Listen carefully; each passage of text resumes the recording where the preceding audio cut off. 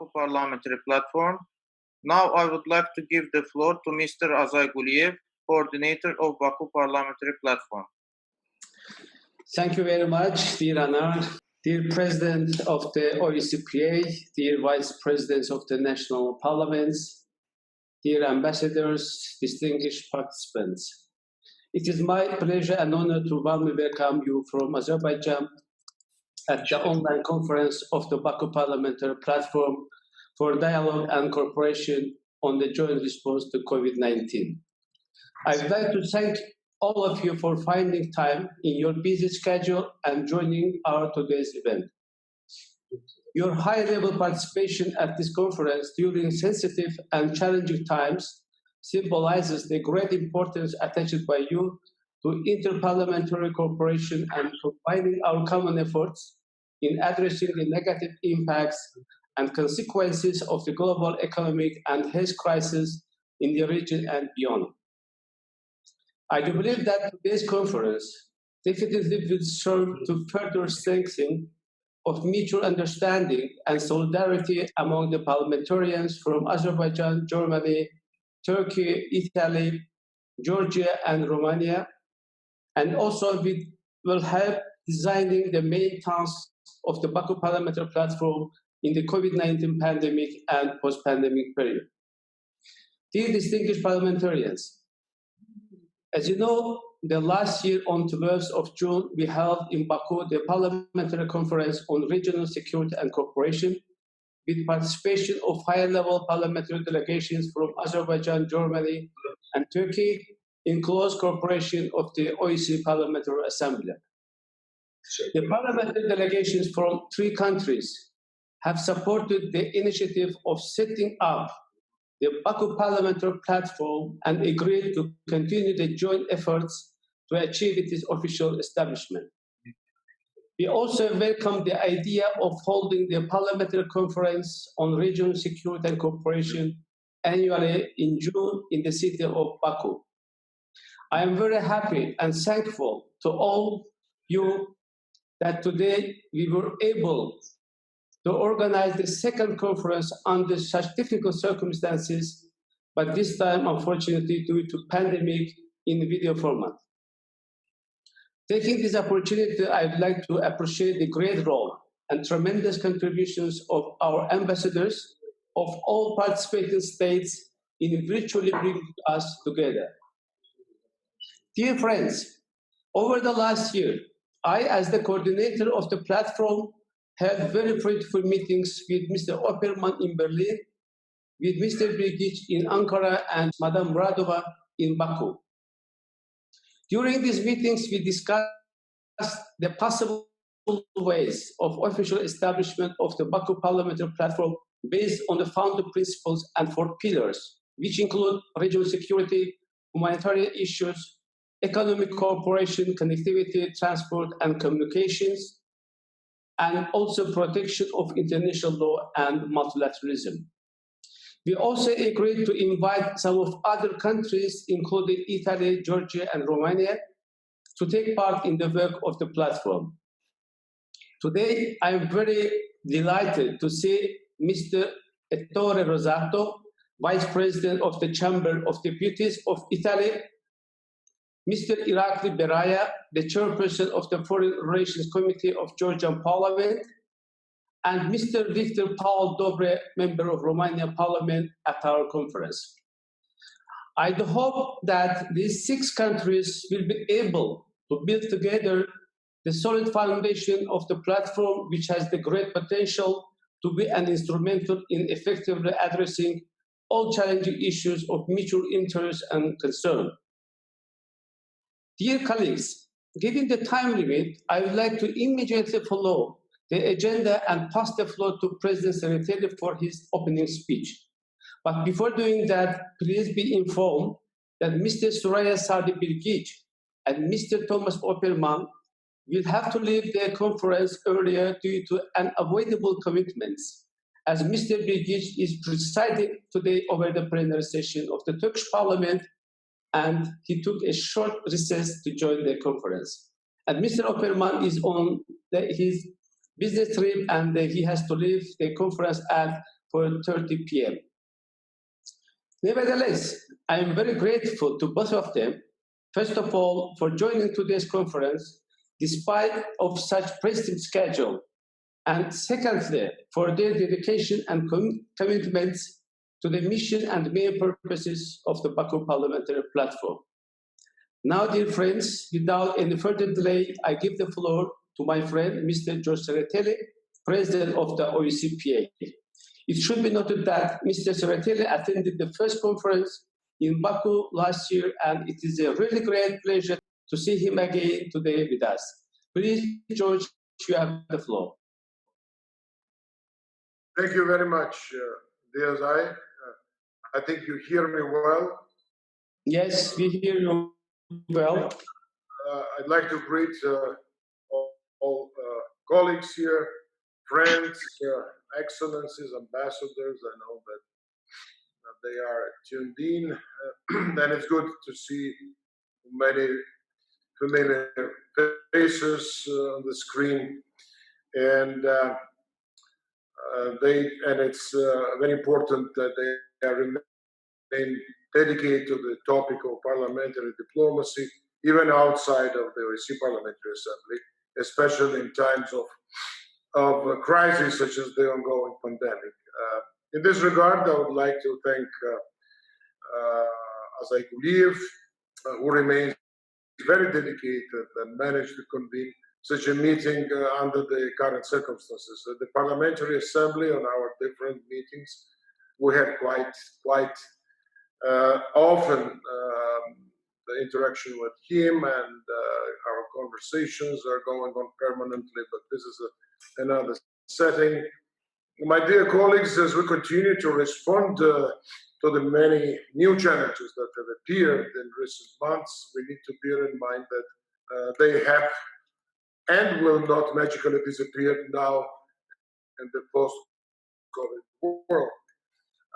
When I addressed some of you last year, and as I recall that, I spoke already about the broad range of issues, such as regional conflict and conflict resolution, the need for economic cooperation and democracy promotion, as well as the issues of migration and climate change. These topics have by no means disappeared, and if anything, the crisis has laid bare the risks of international divisions, which can only be overcome by cooperation and comprehensive responses. Parliamentary dialogue lies at the heart of these efforts, as many of you are aware, of course. The OSCE Parliamentary Assembly has continued to work throughout these last months through finding alternative channels of communication, given the limitations to international travel. And we've organized a series of parliamentary web dialogues to debate the impact of COVID-19 on security issues in the OSCE region, as well as several other online meetings on different topics in all dimensions of the OSCE, would it be political, military, or human rights, of course, and economic cooperation, climate change, connectivity, migration, and so on. And we are in touch with our delegations regarding COVID and non-COVID related issues in every region. We have initiated the regional dialogues too. For instance, I had yesterday discussion with Mongolian foreign minister. They have elections today. Before it was Southeast Europe, Central Asia, then Caucasus, and we will continue this type of interaction. Whereas this new way of working has its own challenges, and there's no replacement to in-person dialogue, we have managed to adapt rapidly and efficiently to maintain our precious channels of communication. As we all continue to be engaged in devising the best course of action for the ongoing crisis related to the pandemic, it would also want to emphasize, I want to emphasize that our parliamentary prerogatives are desperately needed for the post-COVID period, as we will not just be required to prepare for similar scenarios in the future, but reevaluate the often rapidly adopted emergency measures within our countries that pay attention to how they are affected or neglected parts of our society. One exemplary topic in particular I would like to draw your attention to, and which you surely will address today, is the issue of migration, which prior to the worsening of COVID crisis in Europe was on top of the agenda for many of our countries. The humanitarian situation of many refugees and migrants, and especially I'm always emphasizing conflict zones, when we have experiences of that, has not changed over the course of the past months, or even worse. And only a few countries, when it comes to migration, are left alone in dealing with them. We hereby need to remember that just like the root causes of the movement of people are international in their nature, the solution lies within international cooperation and burden sharing, in which we as parliamentarians can and should play a pivotal role. As mentioned at the beginning, it is more important than ever that we as parliamentarians are able to maintain the level of international cooperation between our countries through parliamentary diplomacy, even in times of crisis when many of your governments are primarily occupied with their individual response to the pandemic.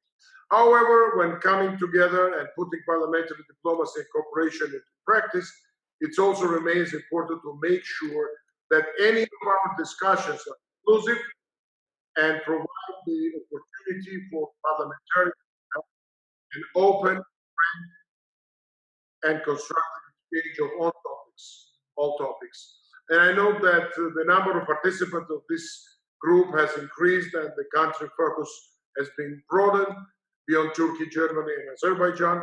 I encourage the organizers of this platform to make it as inclusive as it possibly can be, and therefore to open it to other countries which are interested in deepening the parliamentary dialogue on regional and shared issues.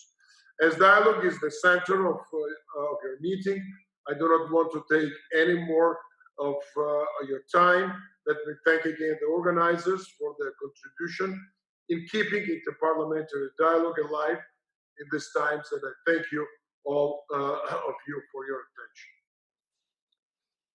Thank you very much, dear President of the Parliamentary Assembly, dear Gigi. It is really a very important point that you put forward about the cooperation and the inter-parliamentary dialogue. Of course, we are trying to be inclusive as much as possible, but I really appreciate and very much thank for your availability, and you always support the all possible level and the all possible platform when it comes to the interparliamentary dialogue and discussion. Thank you very much for your availability. And now I'd like to ask our friend, good friend, and the Vice Speaker of the Turkish Grand National Assembly, Mr. Süreyya Sadi Bilgiç. First of all, I would like to thank him once more for his personal contribution to the work of the platform, helping to make it a better place for comprehensive discussions. I know that, Mr. Bilgiç, how much you are busy. You are presiding over the plenary session of Turkish Parliament. I really appreciate your availability. I know that you took a short recess to join us. Mr. Bilgiç, with pleasure, I'd like to give the floor. Please, you have the floor. Teşekkür ederim Süreyya Bey katıldığınız için. Thank you very much. First of all, good afternoon all. Dear Mr. Chair of the Baku Parliamentary Platform, Mr. Chairperson of the Azerbaijani Parliament, and Mr. President of Organization of Security and Cooperation Parliamentary Assembly, Deputy Speakers of the German and Azerbaijani parliaments, and all other distinguished parliamentary representatives from Georgia, Italy, and Romania. I greet you all with utmost respect. It's a high privilege for me to be here with you today in this timely and important event, especially in this challenging time when government authorities worldwide are under growing pressure due to the sudden outbreak of pandemic. First of all, I would like to start with a few words on Baku Parliamentary Platform. Baku Parliamentary Platform for Dialogue and Cooperation is a valuable platform that manifests the importance of parliamentary diplomacy in global affairs. Today's second conference of Baku Parliamentary Platform is important, especially for exchange of information and experience at parliamentary level in the fight against COVID-19 pandemic. I believe that the options and fruitful discussions with various perspectives from Europe, Turkey, Azerbaijan, and Georgia to come out of this video conference will enhance our cooperation. Estimated participants, I would like to begin with Turkey's general approach to pandemic and share our experiences. Firstly, Turkey has responded to the pandemic fairly quickly with testing, tracing, and isolation and movement restrictions. The quick response was the key element to Turkey's success in fighting epidemic. Second, some countries chose to implement full lockdowns in order to reduce the viral spread. Turkey implemented a different strategy, namely a partial lockdown, in order to keep the economy functioning while still trying to contain the outbreak. Given the fact that Turkey's healthcare system was never overwhelmed by COVID patients, we can safely say Turkey's strategy worked. With the help of this strategy, Turkey's economy avoided the devastating shutdowns seen in US and most of Europe. Unlike other countries, Turkey's approach to fighting COVID-19 centers around contact tracing instead of general testing or testing after clinical presentation. Think to this approach and country's large healthcare capacity. Turkey's mortality rate has been low compared to other countries. I must note, however, the partial lockdown strategy highly depends on how well the population is following the health guidances and how well physical distancing and hand hygiene are being implemented in public places. So far, Turkish people did an excellent job adapting themselves to so-called new normal life. Dear colleagues, COVID-19 is a global challenge, and for any single country to be safe, all corners of the world must be safe. What is at stake is the common well-being and health of all humanity. We can only win this fight if we act together and free from infection altogether. We believe in international cooperation and solidarity is a must to overcome this challenge. Our government, while taking the necessary steps to protect public health, also extends a helping hand to other countries. In line with this understanding, Turkey sends vital medical supplies to nearly 100 countries.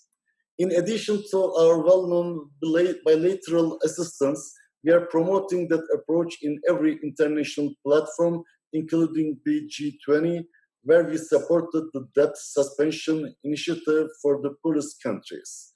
We fully support international efforts towards mobilizing the collective resources of the international community towards developing world, vulnerable groups, as well as developing and delivering vaccines. We appreciate the effort and contributions of your countries toward this goal. On our part, we have been actively taking part in all international initiatives and engaging and consulting with friends and allies bilaterally. Our collective efforts at the global level must focus on the most vulnerable and leaving no one behind. In Global Response Conference on the 4th of May and the Global Alliance for Vaccines in Immunization Summit on 4th of June, our President Recep Tayyip Erdogan underlined that availability of a vaccine to humanity as a whole and its production in adequate quantities for all were critical as its development and coronavirus pandemic should not be allowed to further deepen injustice across the world. Under the guidance of Ministry of Health and Ministry of Industry and Technology, we run multiple vaccine and medicine studies.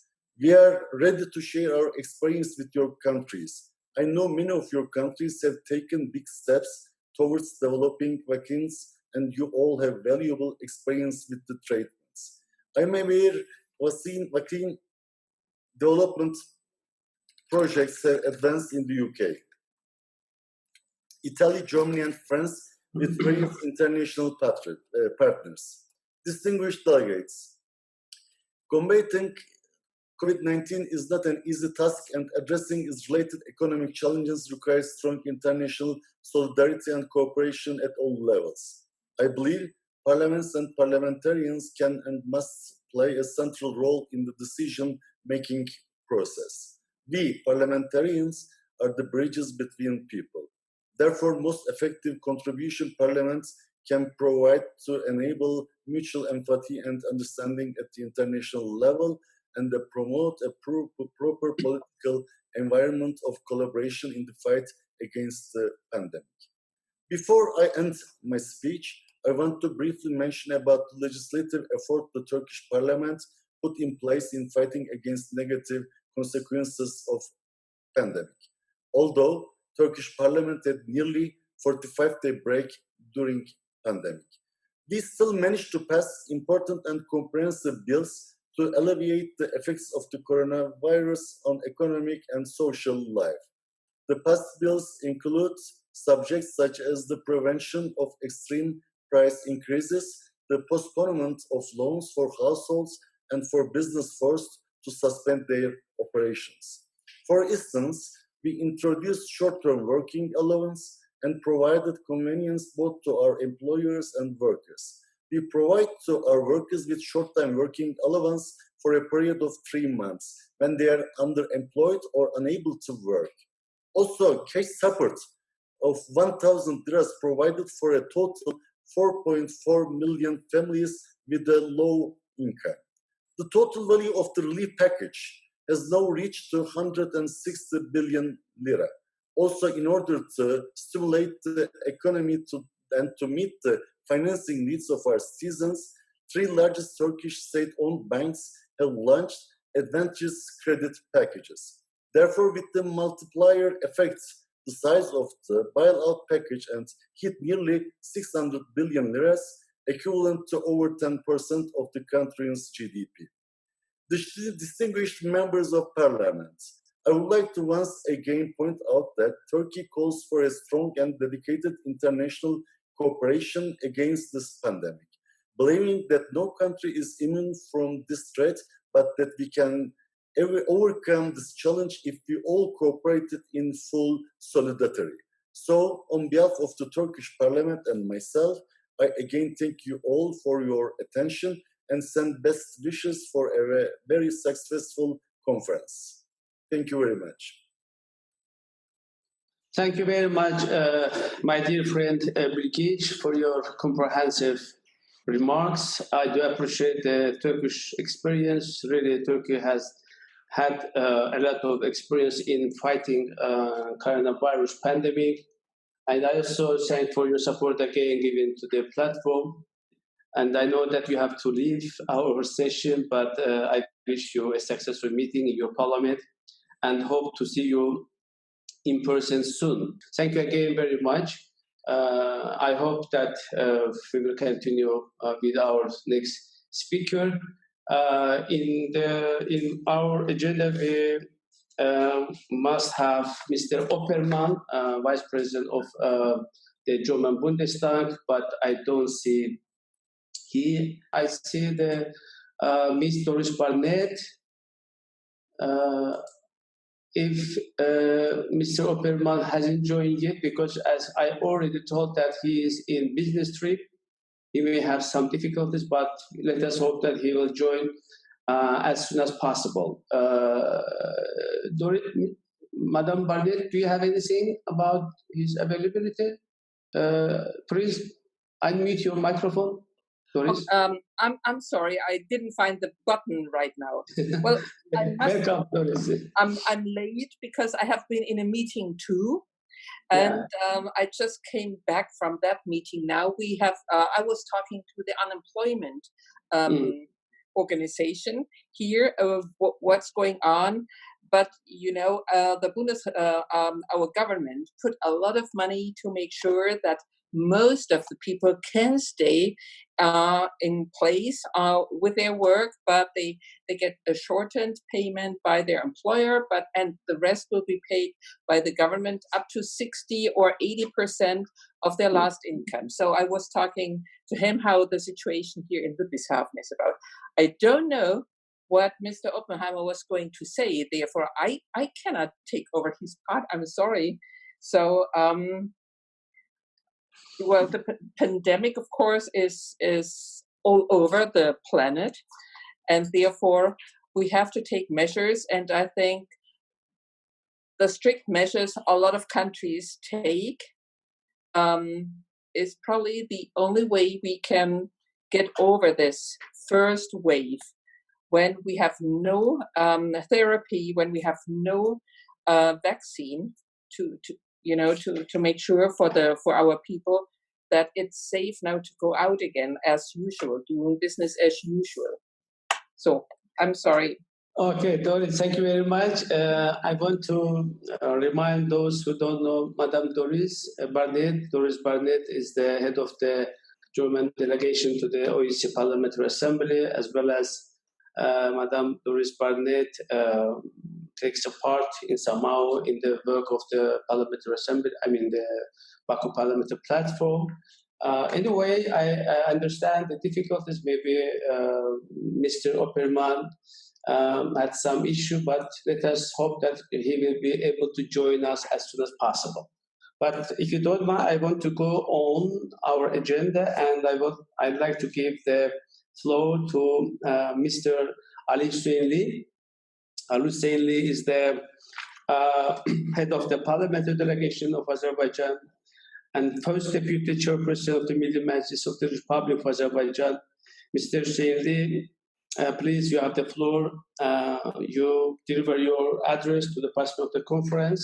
But before doing that, taking this opportunity, I'd like to thank once more for your time. I know that you have very busy schedule, but despite the busy schedule, you found the time and joined today's conference. Mr. Hussein Lee, please, you have the floor. Thank you, Mr. Azay Kuliyev. Dear colleagues, first of all, let me warmly greet all of you from Milli Majlis of the Republic of Azerbaijan. I do hope that today we will have a productive and fruitful conference. Obviously, the COVID-19 pandemic has already caused unprecedented devastation to the world. We are witnessing the great magnitude and fast collapse of the world economy, which has never been seen before. The current crisis will have profound and lasting economic and social consequences in each corner of the world.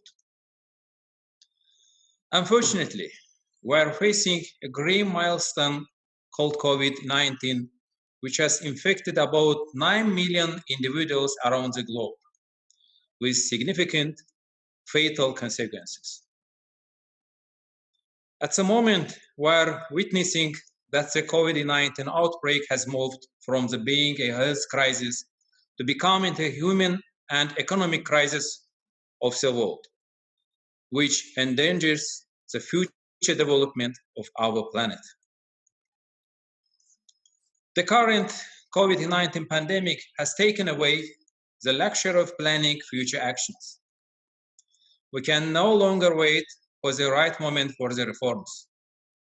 It is pretty clear that our post-COVID lives will not be the same as it is now. Dear colleagues, Azerbaijan's model of fight against coronavirus implies the implementation of a number of restrictions without the declaration of state of emergency.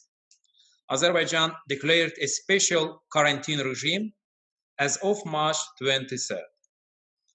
Following the analysis of the current situation, the special quarantine regime is extended until the July 5th. Fortunately, current sanitary and epidemiological situation is attentively analyzed by the government and necessary measures have been taken. Thanks to the timely taken actions, our losses are minimal. Dear colleagues, all efforts of the Azerbaijan during the pandemic have focused on saving people, protecting their lives and health.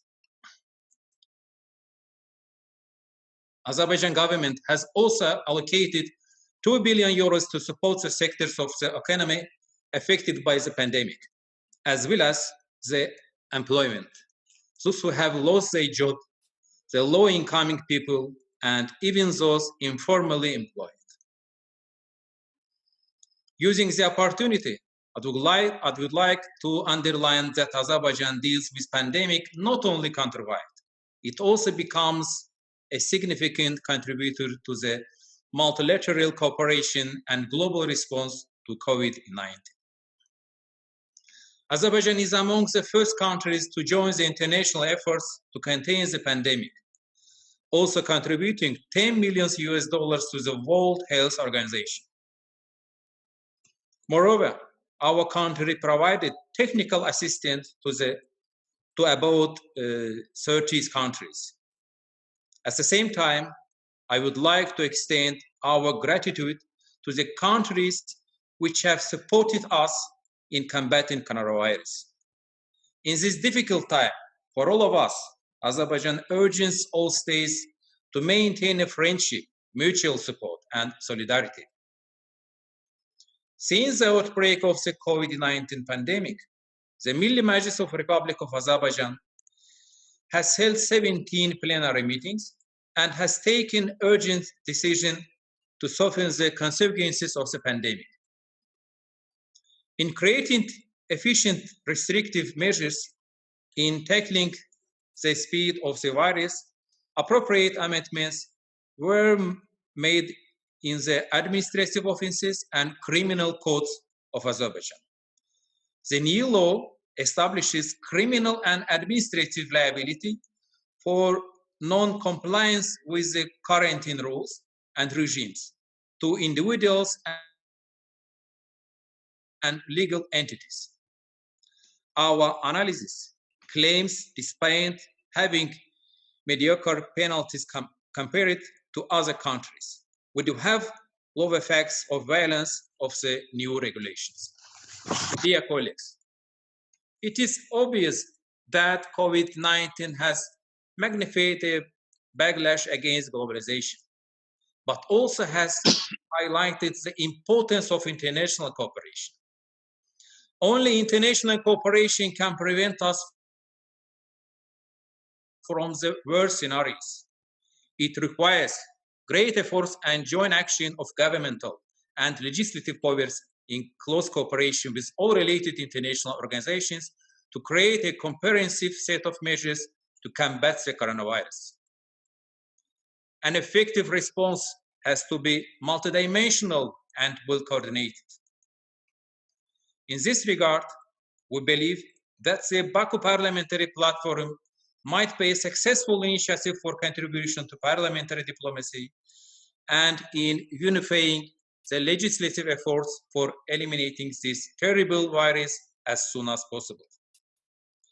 We call upon our colleagues to use the full potential of the Baku Parliamentary Platform for international and inclusive action against the virus. Dear colleagues, thanks to you for your attention. I wish all of you a productive discussion, good health, and virus-free world. Thank you very much, Mr. Hussein Lee, for your remarkable speech. I really appreciate that Azerbaijan delegation are being attended with a large number, and your personal contribution is pretty much appreciated, and I'm very grateful for that. And you also put the initiative of combining the joint efforts and use the platform as a place and as a platform for dialogue and cooperation among the participating countries. This is the main task and the core element of establishing or the putting initiative to establish at least the official this platform. Of course, I think the Azerbaijan experience will be also needed in our further activities. Thank you very much again. Now, dear friends, dear colleagues, I'd like to move on the speeches of invited parliamentary representatives of Italy, Georgia, and Romania. With great pleasure, I'd like to give the floor to Mr.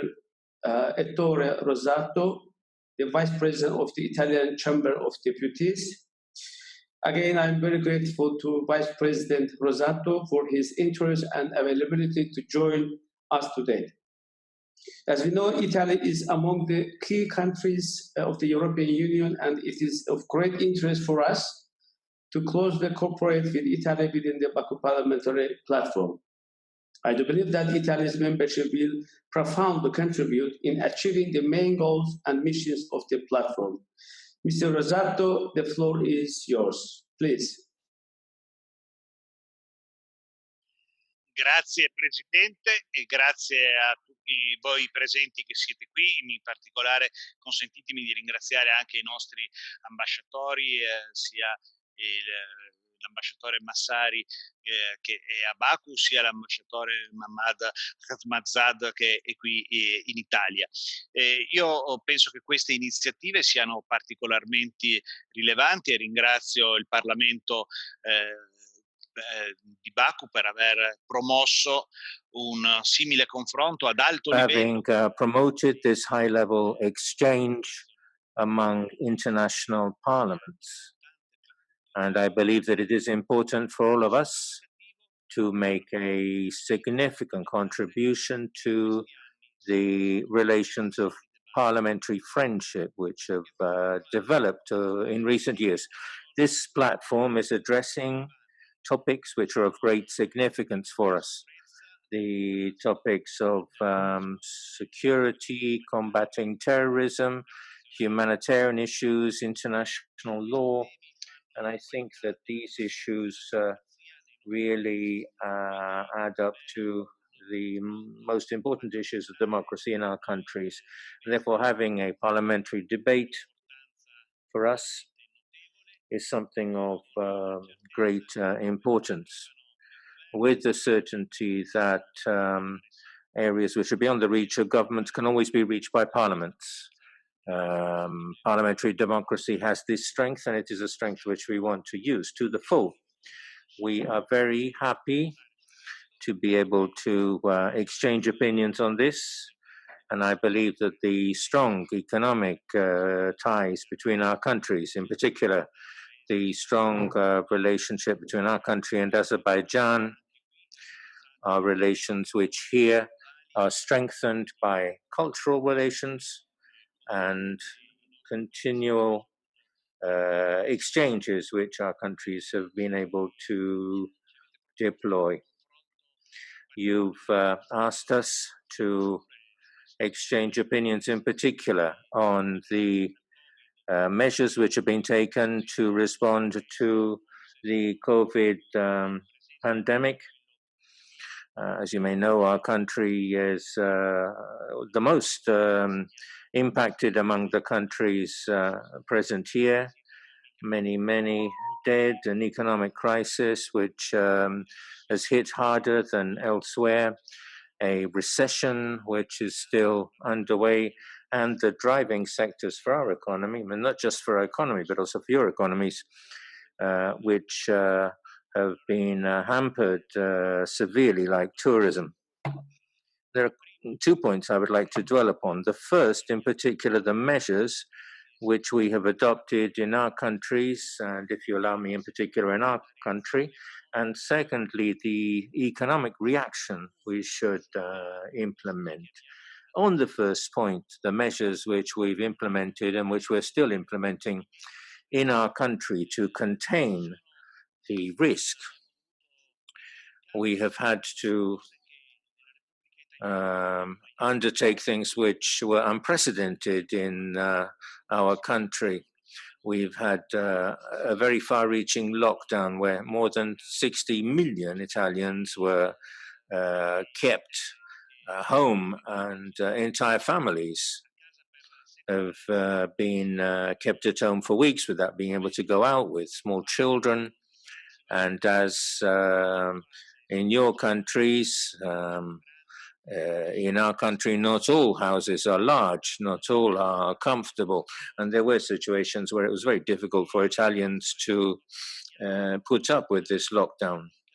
This was accompanied with the great difficulty to be able to continue to reproduce some normal features of life, such as schools and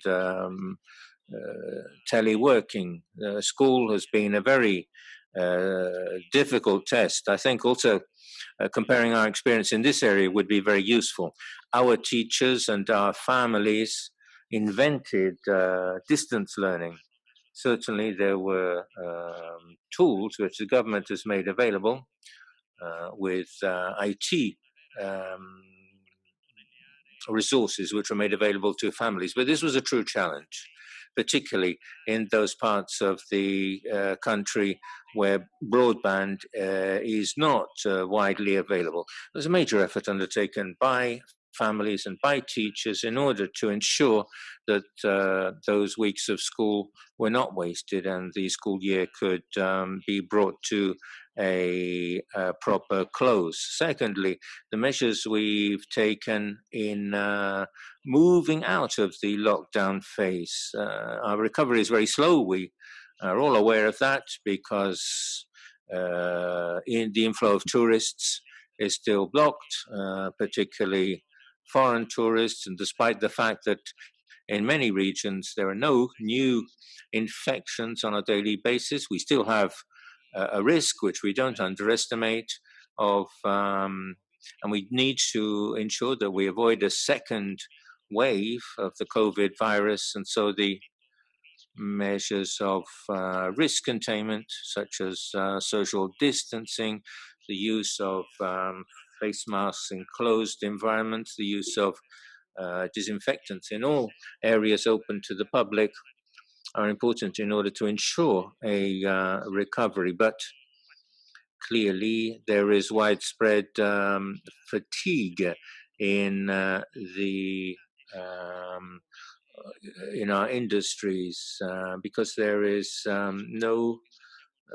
nothing is clear about how we're going to work in the future. I think this is something which is felt worldwide. This pandemic has truly threatened our lifestyle, and this requires ever more extensive cooperation. I think this is the best response we can give to our citizens.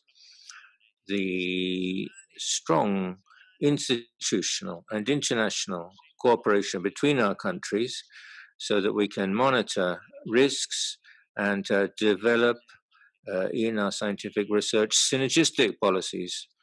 And so this meeting too, I believe, can be useful for this. Whenever countries cooperate, whenever countries work together, we strengthen the safety of our citizens in our own country. So the meetings of this kind serve to make us stronger, make us all stronger at home. And this, the greater the cooperation of the countries, the more security and safety we have at home. And I think that there are many countries who are friends in this kind of meeting. So thank you for this opportunity. I'm very glad to be able to say that the Italian Parliament is and will continue to support these cooperation policies, and we really hope that these relations can be consolidated, hopefully in direct face-to-face meetings, because they involve a human factor which allow us to establish personal relations, which are also important in fueling effective cooperation. So I thank you, and I wish you a very successful meeting. Thank you very much. Hello? Do you hear me? Yes. Thank you very much, dear Mr. Rosato, for your comprehensive presentation about the measures implemented by Italy. We know that Italy was one of the most affected countries from the pandemic, and we are very glad that the situation is going to be better, and of course we wish all the best. I also appreciate your support and your great words about the work of the Baku Parliamentary platform. It is really a good platform for the parliamentarians to come together to tackle the issues like here we discussed now, And also, I very much agree with you that it would be great if you could be able to come together in person and to discuss face to face the issues, all aspects of the interparliamentary cooperation, including Baku Parliamentary Platform.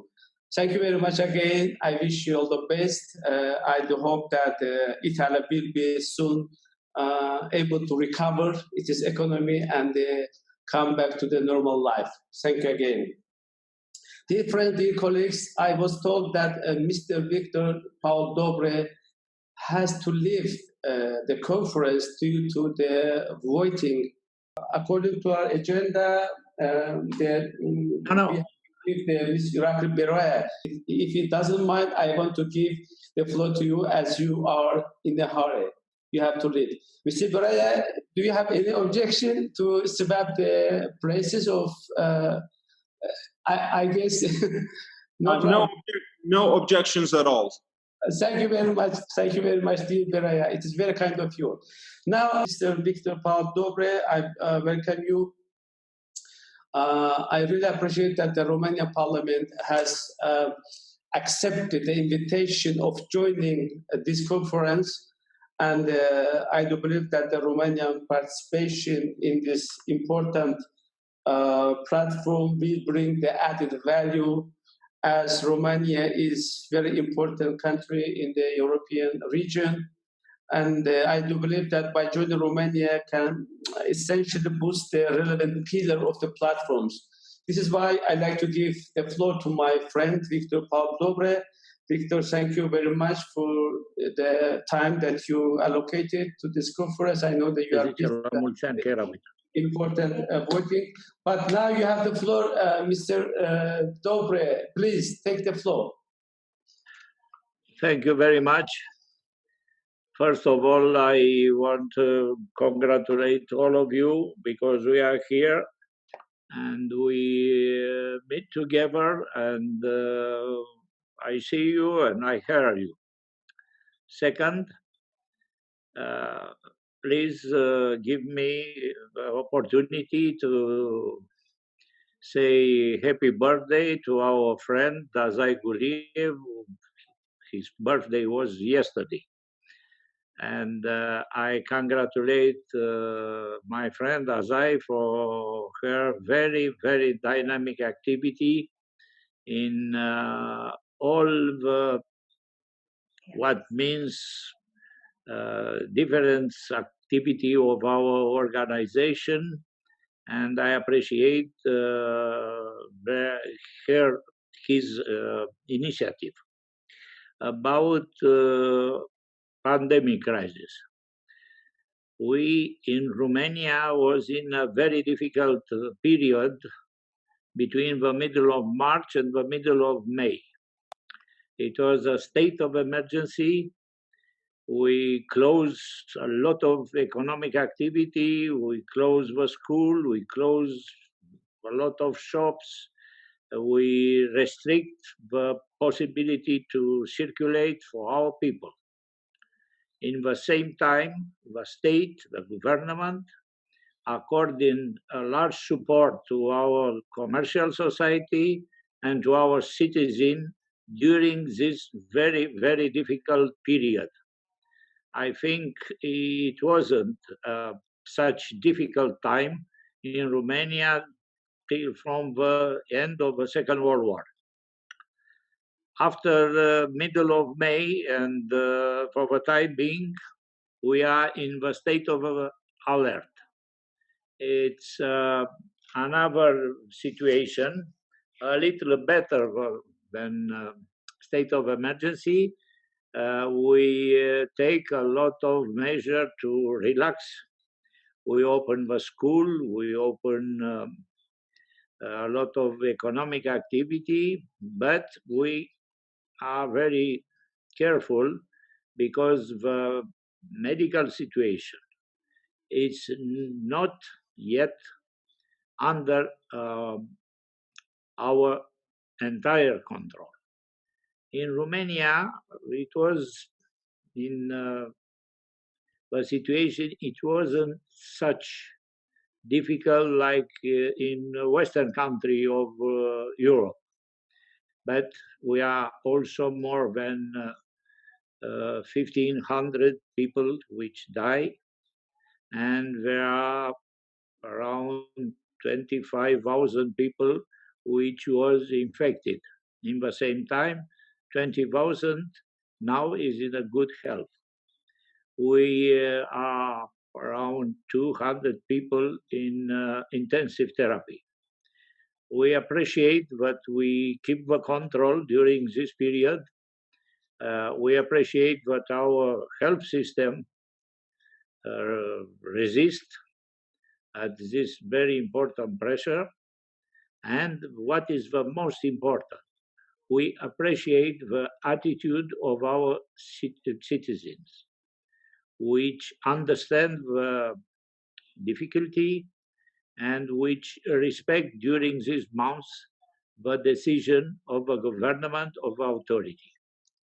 But, my friends, this pandemic crisis must be in the same time a very important lesson.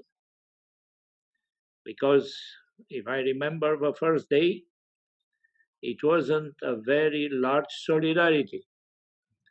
At the beginning, each state tried to resolve on the national, but in the national system, the problem. It wasn't very much solidarity. Each government, normally, we care about their people. After a few weeks, start a new manner to solve the problem, especially in European Union, but in the same time with all other countries. Romania sent teams, medical teams in Italy, in Lombardia during the most dangerous day, and in the United States. And also we assure medical supply for Republic of Moldova and Ukraine. The time is very, very difficult, and I think this year will be also difficult, and we wait in autumn to have once again big problem, medical problem. We must postpone local election till September. We don't know yet if parliamentary election will be in December. Our parliament worked all this time, 2.5 months online, all the activities, plenary session, committees, each week we approve laws, we take decisions. This was very important to assure the people that the state work, the state is in function. Today, because this I wasn't during all the conference, is the first day when we are in a reunion, the both chamber of Romanian Parliament. We have a plenary common reunion, and we are, after 15 March, first day together. My friend, at the end of my intervention, I thanks once again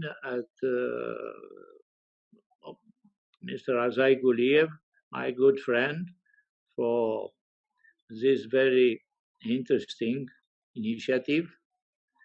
I wish you all first of health, and I hope we meet again, and I hope that the good times will come back. Not so soon, but I am sure that we come back.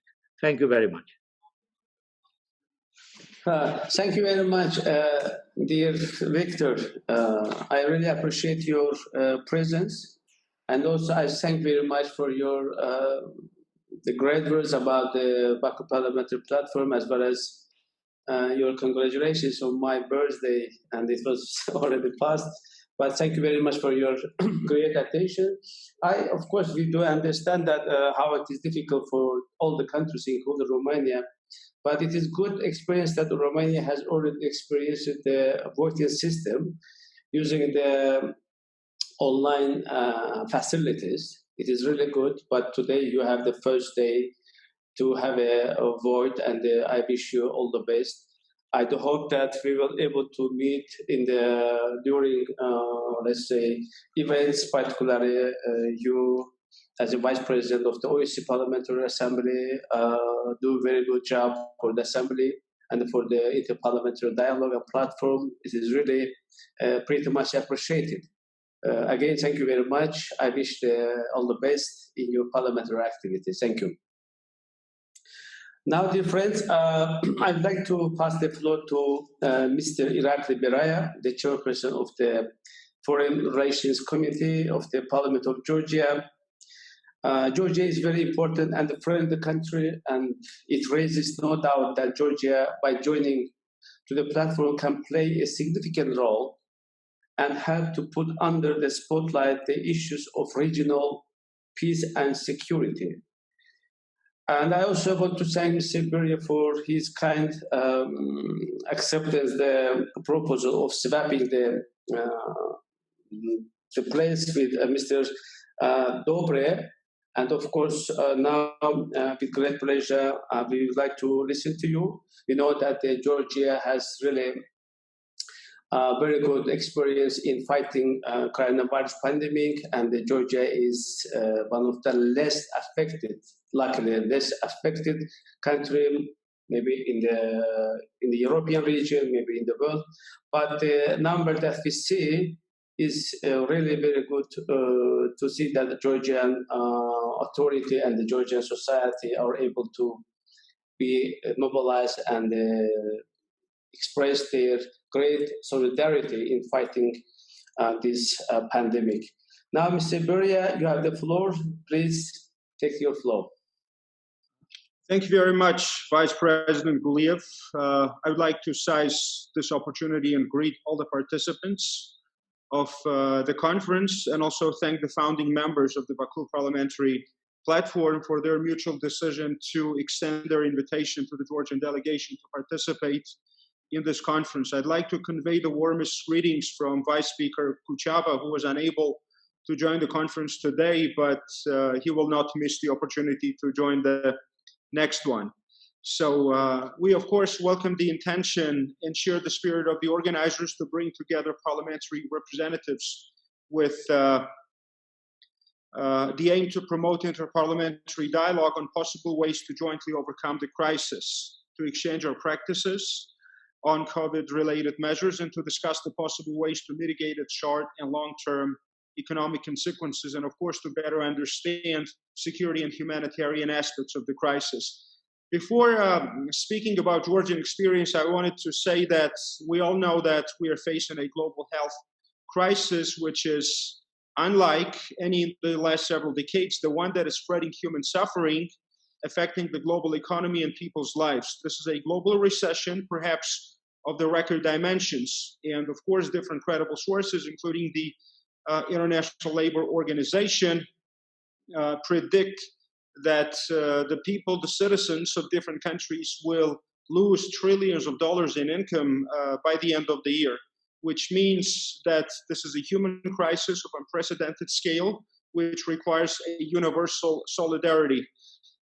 So no matter how effective the individual countries will be in their response, of course, this requires a global approach, because the crisis is very global in its impact and in its scale. So this is the moment that requires a very coordinated, decisive, and innovative policy actions from the states. We are in an unprecedented situation, and the normal rules shall not apply. The creativity of our response must match with the nature of the crisis, and the magnitude of the response shall match the scale of the crisis. Of course, the countries in particular region, for example, where we live, also face very negative security and humanitarian implications of this crisis. In the case of Georgia, for example, as you well know, in Georgia's occupied regions, the crisis, coupled with the Russian occupation, further exacerbates and deteriorates the situation on the ground. Illegal restrictions introduced even prior to the pandemic, coupled with further tightening, hinder access from the occupied regions of our citizens to the central government-controlled territory for the medical treatment. Plus, underdeveloped health infrastructure in those regions and absence of relevant medical personnel are coupled with the obstacles in provision of the humanitarian aid therein. So in addition to that, also illegal process of borderization, Russian disinformation and propaganda, which is aimed at increasing tensions and using pandemic for its own benefits, also further exacerbates the negative impacts of the pandemic. So these are the problems and concerns that emerge in parallel with standard concerns derived from the pandemic. And of course, we acknowledge that there are different fields where comprehensive activities is required. This is, first of all, strengthening healthcare system, of course, to assist in effective recovery of the economy. But of course, for states in an interdependent world, it is very important to maintain, first of all, and where possible, to enhance cooperation, especially in the areas where our countries interact and where our cooperation transcends the national boundaries. Importantly, our national efforts in turn have very important dimension. This is parliamentary dimension, and probably this conference, in our deepest belief and judgment, will serve a very good platform for exchanging practices that we have, and as well as in finding ways how to tackle jointly pandemic in better ways that could benefit our countries and our citizens. As you all know, Georgia is one of the most successful states on the globe encountering pandemic, and we'll be more than happy also to share our experience with the participants of the conference. Speaking very specifically, I just wanted to update you on the recent epidemiological situation in Georgia. So far, we have 914 confirmed cases of COVID-19, and out of those, 771 have already fully recovered. It means that for the time being, only 143 COVID-positive patients are undergoing the medical treatment. For the time being, we have 14 unfortunate cases of death, and lethality index in our country has been very low. This is 1.5%. And if we take data, for example, from the period from January 30 to June 17, then we have implemented very targeted, including also, of course, very aggressive and necessary PCR testing, and we have tested more than 80,000 citizens based on the needs of the communities. So it means that the quality of case detection in the country is quite high, and respectively, the probability that timely detection cannot occur is also very low. So the positive tackling of the pandemic has been result of well-coordinated and whole-of-the-government approach in Georgia that has been focused in two main directions. This is saving lives and health of our citizens, and of course, saving the national economy. Georgia's success, as you all know, has been internationally acclaimed as a success story.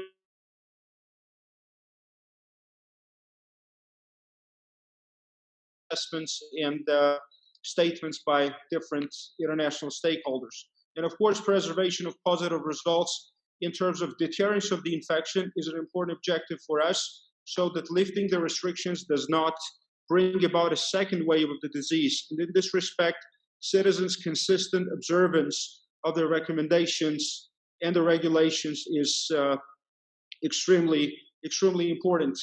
To be a little bit more specific, Georgia started fight against pandemic on very early stage of the outbreak of the virus of the global scale, and we even introduced respective measures 1 month prior to the first positive case in Georgia. On January 28th, we had respective interagency council formed within our country, and already from January 29th, from the very next day, we have already screening of passengers at the airports in place, and then gradually we have equipped fully all border crossing points, including the maritime borders and land borders. And from the second day, from January 30th, we already had the full testing capabilities in our labs in place.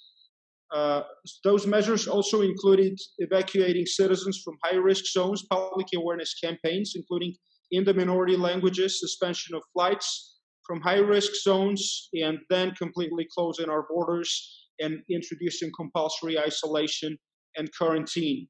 Of course, we suspended the educational process, sports and cultural and social activities, and prepared respective quarantine zones for receiving respective individuals with suspected COVID cases.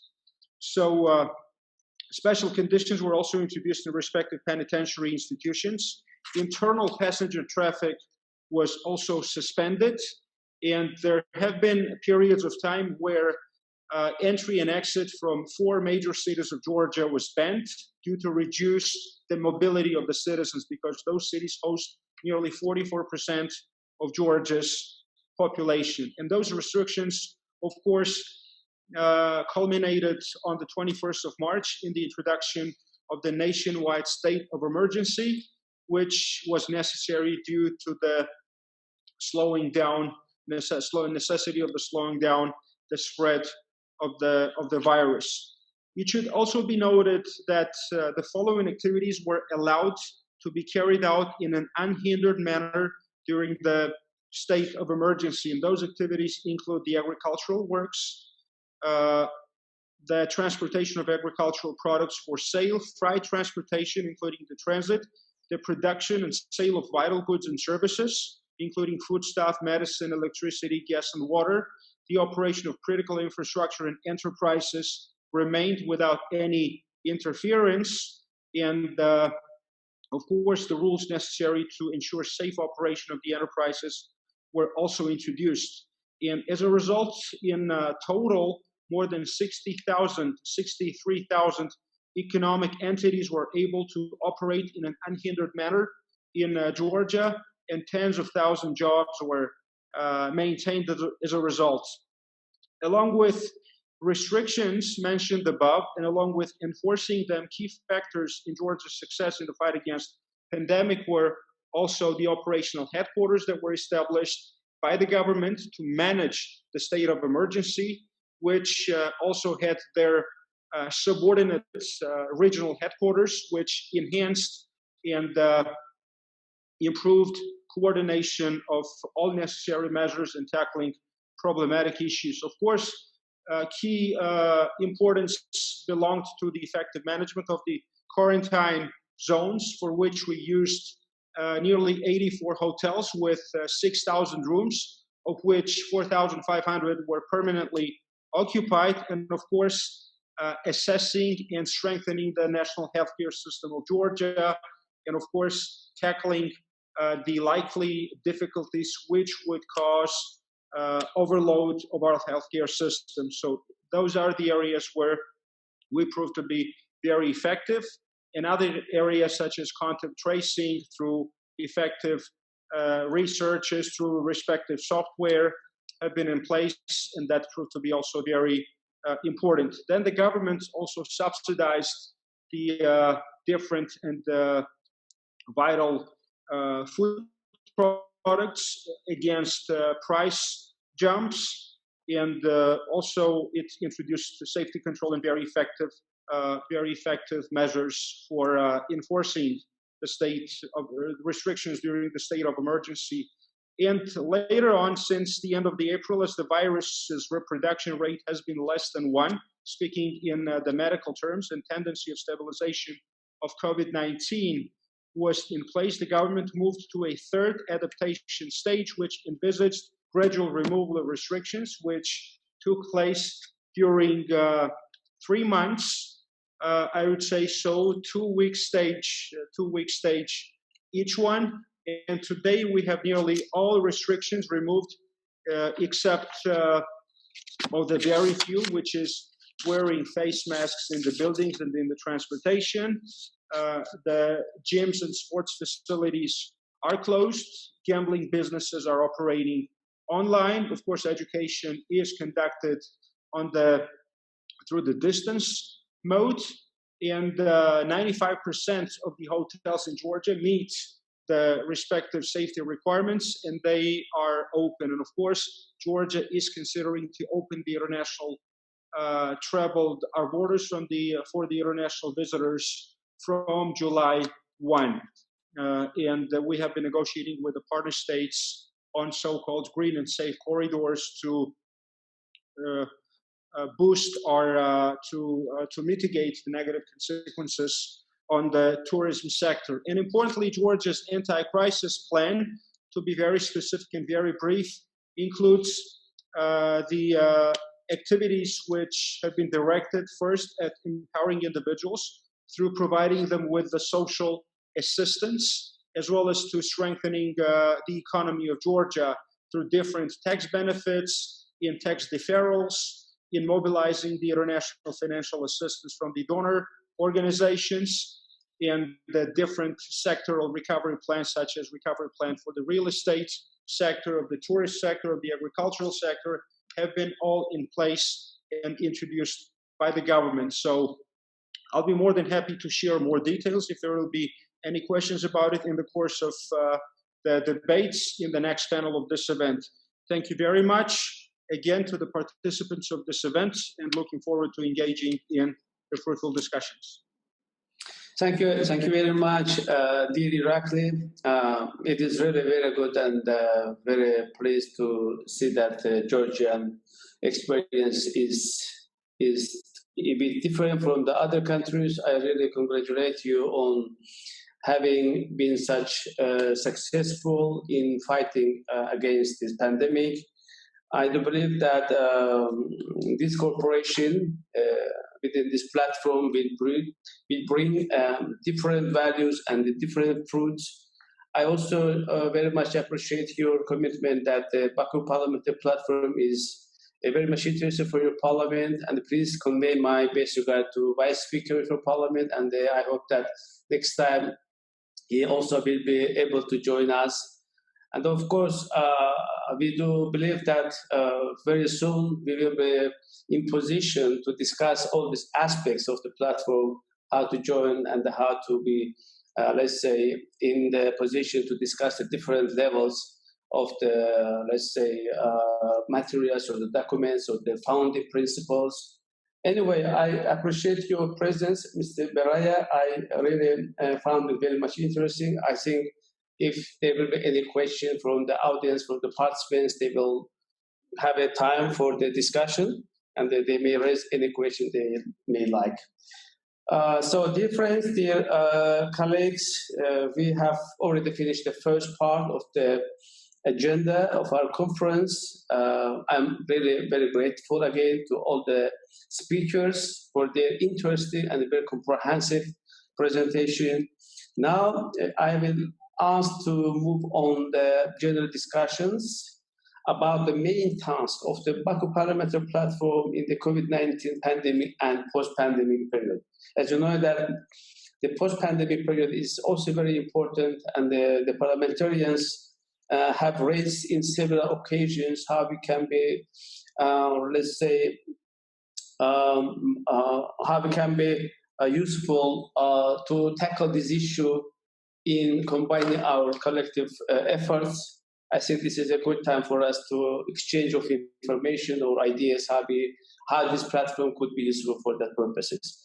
So I have 4 speakers in my list. As you know that we have distributed yesterday the updated agenda of the conference. So I have three in my list, and we added one more yesterday from Turkish delegation. Our friend Mr.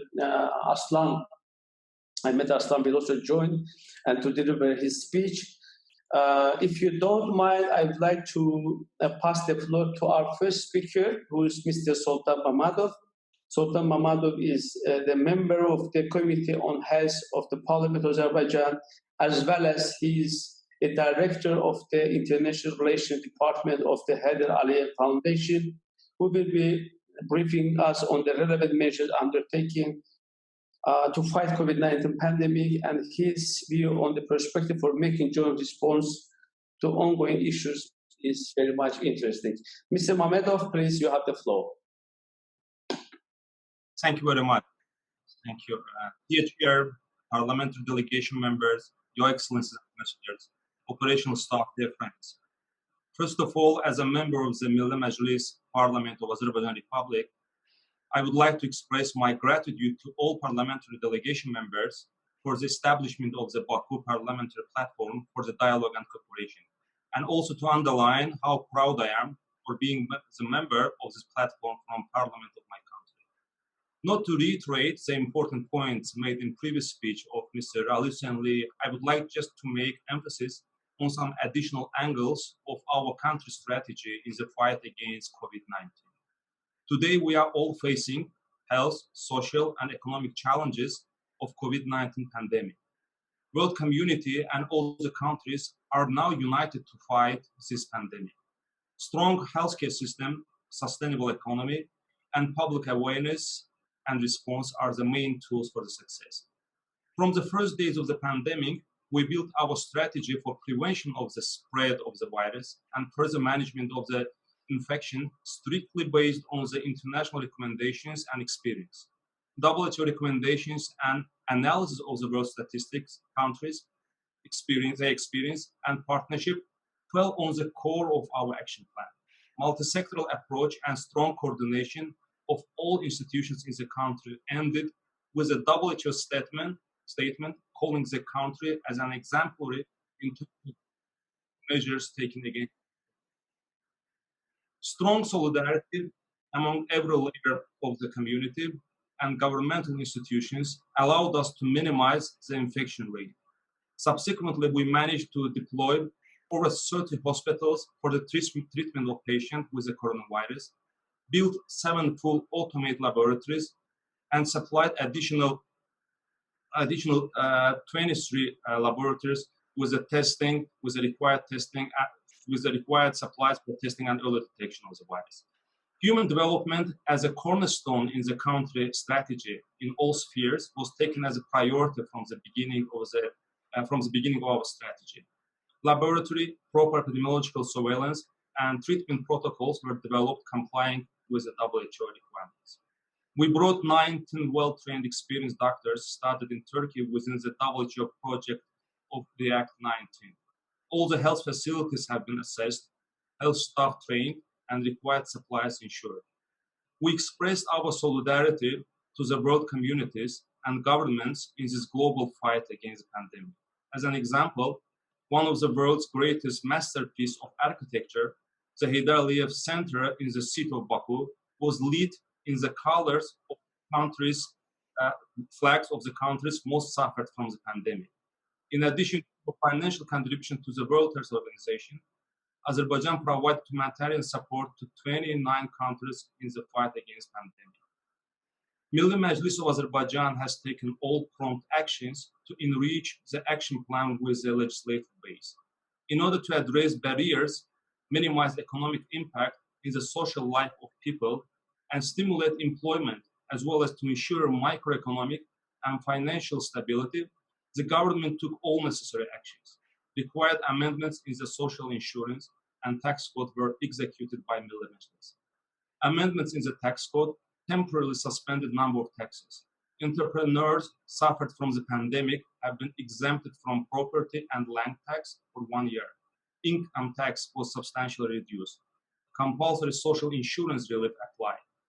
Around 1 million employees from public sector have been fully granted with their salaries, and private sector has received financial support to sustain their business. Low income, unemployed, and informally working people have also been granted with the subsistence minimum. In order to increase public awareness and social responsibility, regular press briefings have been organized. All the governmental institutions, public figures are mobilized in this campaign. Educational and regular video clips from the hospitals are developed. Mass media has open access to all information sources. We have public website, which is called coronavirusinfo.az, as well as we start implementation of electronic Tabib and Tabib Bot applications. We enjoy our cooperation with international organizations, and of course, I'm confident that Baku Parliamentary Platform will serve best for the exchange of our experience among member countries as during the fight against pandemic, as well as during the post-pandemic period. I would like to end my speech with a strong message from the President of the Republic of Azerbaijan, Mr. Ilham Aliyev, which was, "We are stronger together." I am confident that this message can be based to make Baku Parliamentary Platform stronger and stronger. So I thank you very much for your attention. And at the end, I just would like to wish strong health to all of us and peace and prosperity to our countries. Thank you very much. Thank you very much, my dear colleague, my dear friend, Mr. Mamadov, for your very comprehensive, very interesting speech. And you have made clear that how Azerbaijan is fighting against this pandemic, and you just described some details of the activities undertaken by Azerbaijani government. It is really very much appreciated that Azerbaijan was one of those countries whose experience as accepted as the model and very, very good experience for the other countries. I very well remember that this experience has been recognized by the WHO, World Health Organization, as the good, as the best and the promising models among those countries. I know that you're personally engaged in fighting this pandemic, and the foundation that you represent here, has done a lot by the foundation. I really appreciate that you and the Haidar Foundation made a lot to bring Azerbaijani people together, to increase the level of solidarity, and of course to render the assistance to people that they need. Thank you for your availability, Mr.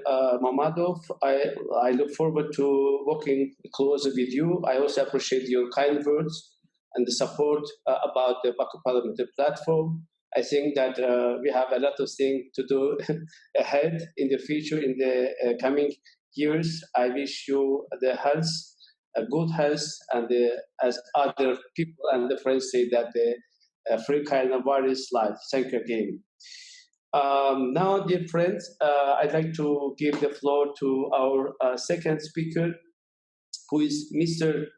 Edmando Srele from Italy. We just, at the beginning of our session, we have listened to the presentation of the Vice President of the Italian Parliament. But I think it would be also interesting to listen to Mr. Srele about the Italian experience. And I do hope that Italy will have something to offer us to the parliamentary platform. And now, Mr. Srele, you have the floor. Grazie, saluto tutti i presenti e ringrazio. Thank you very much. I would like to extend my greetings to all participants and express my thanks and appreciation to the Vice President of the OSCE Parliamentary Assembly, Mr. Azai Guliev, and for the opportunity we've had to join you in this video conference, which is the first in the history of the Baku Parliamentary Platform. And this is a useful opportunity for us to have a fruitful exchange with regard to the current crisis, the common crisis that many are still facing. I would like to thank you for having invited Italy to take part in this extremely important international conference. Italy looks to the area of the Caucasus with great interest and appreciates the efforts made by Azerbaijan to ensure that this region can continue to be a hinge, if you will, between Europe and Asia in a strategy that promotes dialogue and that we fully support. Of course, there is also a very significant economic relationship between Italy and Azerbaijan, but there's more. I believe that we can safely claim that we share the same view of the world as countries that are, let's say, part of the south of the world. I would even dare say that we are shared by common Mediterranean heritage. We believe that the platform is an extremely important initiative given its core pillars: regional security, humanitarian issues, economic cooperation, connectivity, transport and communications, protection of international law, and above all, multilateralism, which it expresses. I believe that the current COVID emergency and what we have been witnessing proves that multilateralism and regional initiatives are particularly significant.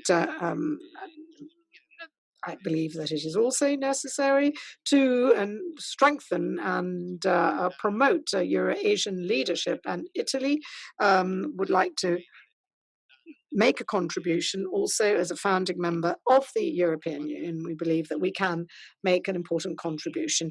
I don't have much more to add with respect to the remarks made by the other Italian speaker, the Honourable Rosato. I have had many opportunities to have exchanges with him because I'm also responsible for the health and safety, let's say, of our parliament, the pillar of democracy. And in February and March in particular, when we were receiving reports from China, we realized that the information was, let's say, a bit weak, to use a diplomatic term, and contradictory. At the Chamber of Deputies, in the lower house of the Italian Parliament, we successfully introduced adequate measures. We've only recorded a handful of people who were infected. I was amongst them, which is ironic, I realize, and I fortunately did not have the respiratory form of the disease, but it took me a whole month to recover. And this really drove home the fact that this is not merely another type of flu. It is much more than that, and that was a superficial assessment. We've become increasingly interconnected and interdependent from point of view of trade and economy. We have seen the risk that this pandemic gives rise to. There can be a huge economic impact. We have to find a coordinated approach with the commitment to transparency with respect to international flows, and we have to be able to identify, let's say, our respective responsibilities. This emergency has also indicated that there is the need to introduce restrictions that have an impact on personal freedoms, and we know that we have to take into account the priorities, that of safeguarding health and collective safety, and we have to accept and introduce only limitations to individual rights that are strictly necessary and time limited with no discrimination or permanent damage to any. Of course, we have to reiterate that we have to consider the legitimacy of the concept of state of need and the need to govern emergency without forgetting the founding values and the rule of law of each nation. The pandemic has certainly triggered an economic slowdown, but we know that this has not been the case with respect to organized crime and international terrorism. On the contrary, a sense of widespread collective mistrust and the radicalization of marginalized individuals in society can potentially be, let's say, instrumental in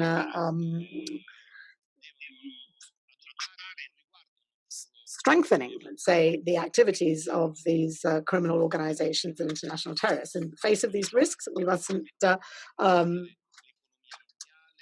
lose our focus. We have to support internal markets. We have to avoid introducing barriers between states, and cooperation platforms such as this one must be considered as a priority to re-establish regular trade flow, movement of goods and people in a coordinated way.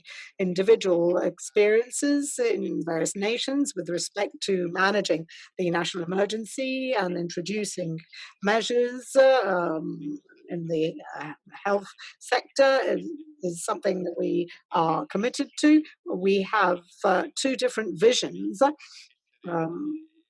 in this respect. On the one hand, we have to consider the needs of people who have suddenly found themselves without a livelihood, no job, no possibility of carrying out any activity whatsoever. Take, for instance, all of the activities in the area of mass transit, tourism, general services. These have been severely impacted. On the other hand, we must add that Italy has also, for the first time, voted unanimously on increasing its resources through 55 billion euros is the sum we're talking about, to support groups and individuals who are struggling. There's still an open debate. There is disagreement amongst members of parliament with regard to the measures that are required to support economic recovery. Part of the parliament believes that these support measures cannot increase because state debt cannot continue to rise. And the idea is that there have to be very targeted policies to revive the economy, supporting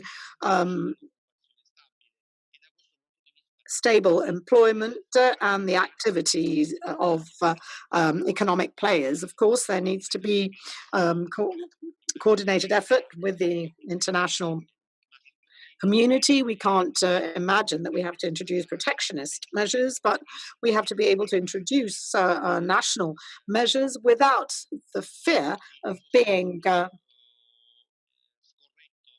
accused of distorting, let's say, somehow fair competition. And this is a key element. And I say this to interlocutors who do not, say, necessarily consider that there are forms of national, let's say, supranational limitations. We have to consider the current scenario at a global economic level. And that is why we believe that it is important for governments to introduce adequate measures without, of course, harking back to the 1920s. In pursuing these objectives for regional global cooperation in the face of this economic and health crisis. Parliaments, as I pointed out, play a key role in terms of awareness raising and mediating the needs of the various stakeholders. And of course, parliaments can also promote a debate on common problems and exchanges of best practices. This initiative is certainly to be commended. I would like to thank Azerbaijan and also Turkey and Germany and those countries which, like Italy, have joined the platform initiatives in order to promote cooperation in a time of severe global crisis due to the pandemic. I would like to thank you. I appreciated the various contributions. I'm afraid I will have to leave you because we have a vote of confidence in Parliament regarding one of the many economic measures proposed by the government. So I might have to leave you, but rest assured that I will read the reports very carefully. Thank you. Thank you very much. Thank you very much, dear Edmandos, really for your really very much and a very important remarks and a very good initiative to join today's conference. As I already mentioned, Italy is a very crucial partner, not only for Azerbaijan as well as for the region. We do appreciate the initiative of the Senate as well as the Chamber of Deputies. I have received a letter from both of the chamber about their willingness to join the platform and to closely cooperate with us. I really, it is very good and a very good sign, and it is very promising sign from your side. I do wish you the best in your parliamentary activity. I do hope that you will have a confidence on whatever you are planning to do in your parliament. But of course, Italians, let's say, joining to the platform, I do hope that will bring some new values, added values. But of course, how to do that, as I already mentioned before, we do hope that soon we will be able to meet in person to discuss all the aspects. And I am very much hoping for seeing you in person soon. Thank you very much, dear Edmando. Now, I'd like to give the floor to my good friend, Mr. Nabi Avcı. Mr. Nabi Avcı is the member of the Grand National Assembly of Turkey. He also serves as a head of the Turkish delegation to the OECD Parliamentary Assembly. Mr. Avcı was the member of the cabinet of Turkish government. He has a huge experience in handling all these issues, including the such a difficult circumstances, as well as he has very good experience in the OECD Parliamentary Assembly. He made a great contribution to the interparliamentary dialogue and the cooperation. Now, with great pleasure, I'd like to give the floor to my friend, Mr. Nabi Avcı. Nabi Bey, buyurun. Çok teşekkür ederim Azay Bey. Güzel sözleriniz için çok teşekkür ediyorum. And I would like to thank to all our Azerbaijani colleagues.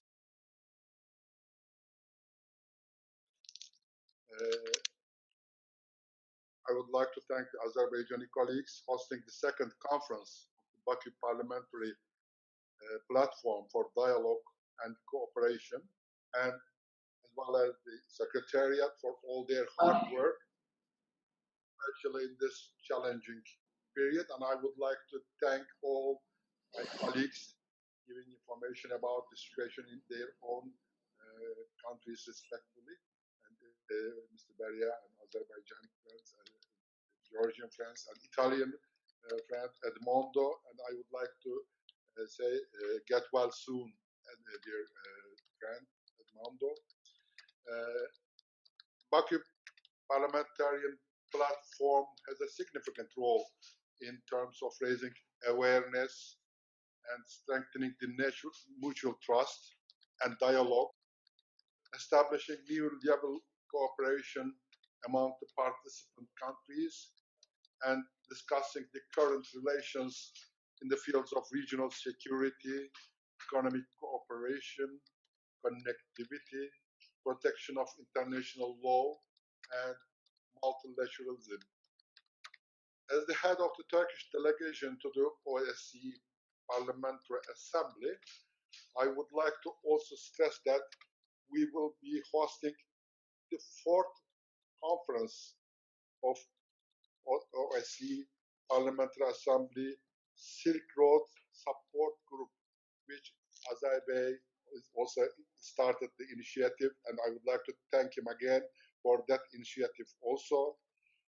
And this fourth edition of the Silk Road Support Group's conference, which is entitled The Role of the Middle Corridor, Enhancing Infrastructural, Economic and Cultural Connectivity along the Ancient Silk Road, will be held in Istanbul on April 2021. As you all remember, we planned this conference for this April, but unfortunately due to the pandemic, we had to postpone it to 2021. And Turkey will continue to support all initiatives that contribute to the realization of the dialogue and cooperation. And BPP, Baku Parliamentary Platform, is one of them. Dear colleagues, COVID-19 global crisis affecting countries, societies, and individuals in so many ways, alongside its immediate consequences on human well-being and the global economy. This crisis would probably have long-term effects, as you all mentioned, but I believe that this is also a time for reflection to develop sustainable solutions and new ways of cooperation. We need a holistic approach to deal with the pandemic, with a strong focus on the safety and health of the people, followed by business continuity.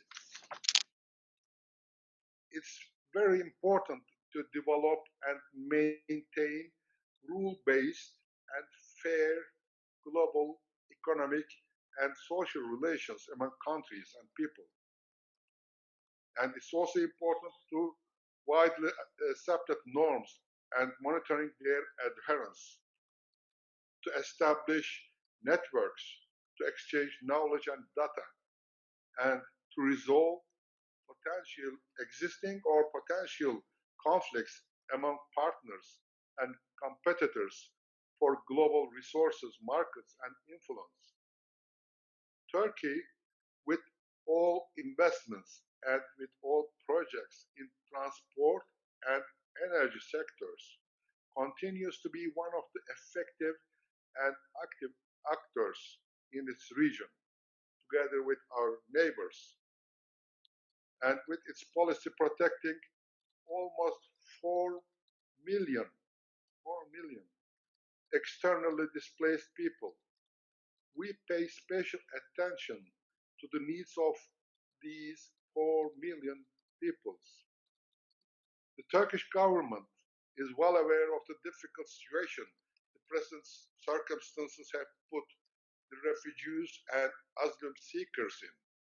Similarly to the Turkish society, of course.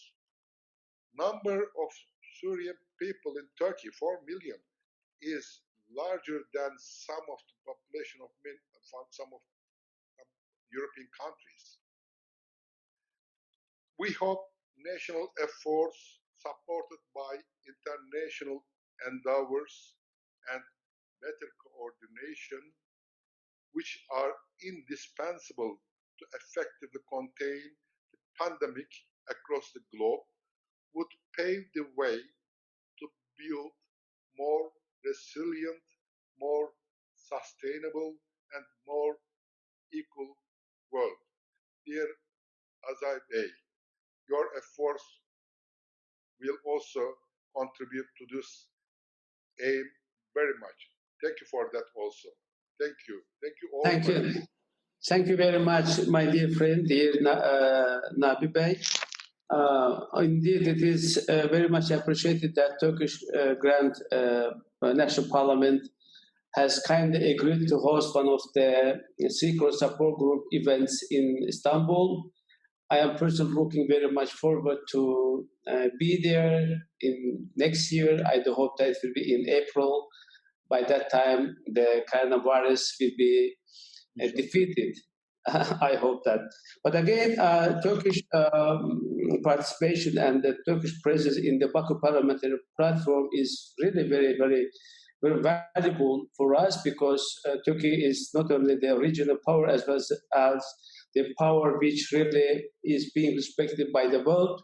And Turkey has a great interest in the region and beyond. This is why I really very thankful to you and to the Turkish Parliament.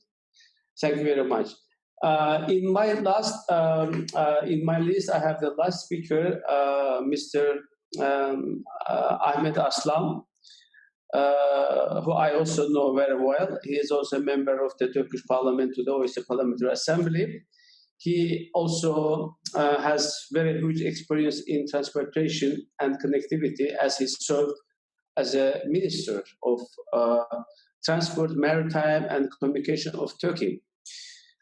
Before giving the floor to Mr. Aslan, I'd like to kindly remind all of you that we have here chat box. If anyone from the participants, if they have any question, maybe any remarks, so feel free just to ask and to let me know if you want to make any intervention. So, Mr. Aslan, Ahmet Bey, please, you have the floor. Buyurun Ahmet. Evet, değerli dostum Sayın Gülyev, özellikle sizlere, değerli katılımcılara çok çok teşekkür ederim. Öncelikle semineri düzenleyen Azerbaycan Parlamentosu'na teşekkürlerimi ifade etmek isterim. Konuşmacıların konuşmalarında ifade ettikleri gibi karşılaştığımız salgın tehlikesi başta sağlık olmak üzere ekonomi, sosyal, our health and also our economy, our social life, our environment and safety, security. And to prevent the spread of the virus, officials took some compulsory restrictions and measures. And of course, this had a negative impact on the global economy. And within this perspective, when we look at our global and regional organizations, we expect them to find an economic remedy to this pandemic. And BPP, in terms of raising an awareness, in terms of expanding political support, it is very important, we believe. And in addition to global and regional efforts, countries should individually contribute to this process, we believe. And BPP has economic cooperation, connectivity, and transportation within its agenda items. And also, I would like to touch upon the developments in my country regarding all these issues. As you all know, Turkey is in the intersection point of Asia and Europe, and it has a common accession point of North Africa, Middle East, Central Asia, and Russia. And Turkey has such a natural position, and to make Turkey provide benefits to all its surroundings, we have to scale up our existing infrastructure, and we should have a modern Silk Road reconstruction based on win-win strategy, and we also promote multi-mode transportation corridors. And for this reason, we are exerting our efforts for Caucasus region, Caspian Sea, Central Asia, and also it reaches even China. And we do have the Trans-Caspian South and East and West Middle Corridor. So we have realized this initiative, and we do attach importance to modern Silk Road. And in 27th of September 2017, I was in the test drive of the Baku-Tbilisi-Kars railroad as the minister, and it became operational on the 30th of September 2017. It was very important in terms of acting as a bridge between East and West, and it owned a very active role. And during the pandemic, after the closure of border gates, BTK Railway in that period had the transportation capacity of 138,000 tons, and it had a very important role. And in terms of developing this middle corridor, in addition to BTK Railway, for inter-custom cooperation, we do have the Kervansaray project, and also we have realized the project of Marmaray, Yavuz Sultan Selim Bridge, Eurasia Subsea Tunnel project, and Istanbul Airport, and three-story subsea tunnel project, Filyos, Candarlı, and Mersin ports. With the construction of these ports, Asia and Europe will be connected to each other via the Edirne-Kars high-speed trains, and these are still going on. And again, the unique position of Turkey, because it is in the Middle East and Caspian basin, it is in a region where there are proven gas and petroleum reserves, and these resources are meant to be transported to the Western markets. And in terms of realizing the West-East energy corridor, it has a very important role as a component of Silk Road. And because our country is reaching Europe to consolidate the route diversity, there is the South Gas Corridor. Within the scope of South Gas Corridor, there is South Caucasia Natural Gas Pipeline, Baku-Tbilisi-Erzurum Natural Gas Pipeline, Turkey-Greece Natural Gas Interconnector, and Trans-Anatolia Natural Gas Pipeline. These are all operational at the moment. And also, as you know, we have the Baku-Tbilisi and Ceyhan Petroleum Pipeline.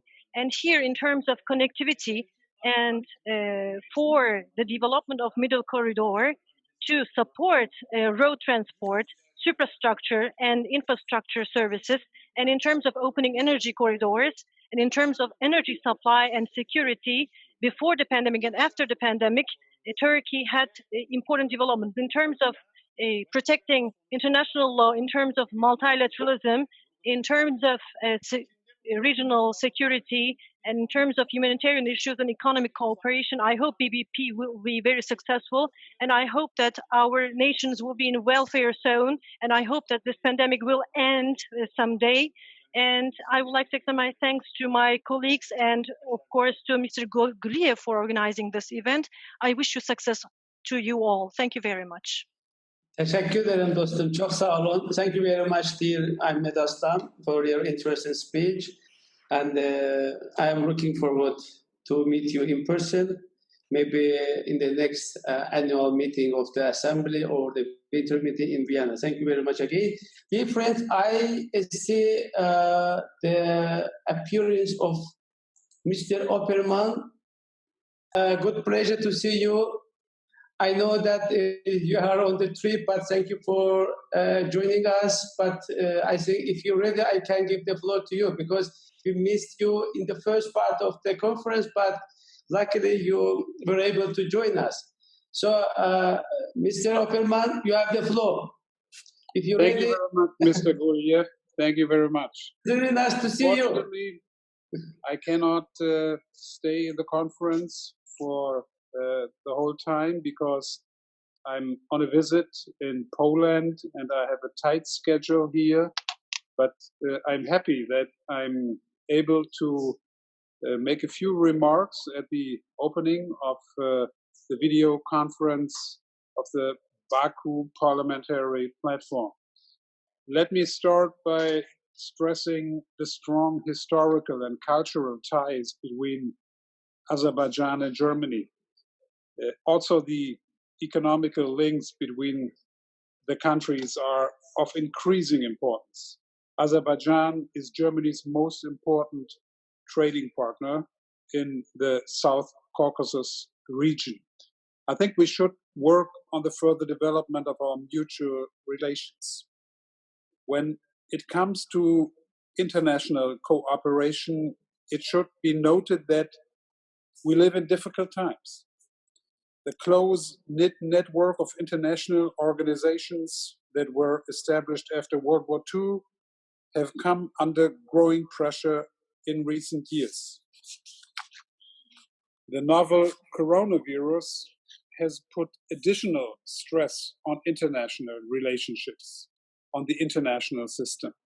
When it became clear in February that COVID-19 would pose a potential global threat, lockdowns in many countries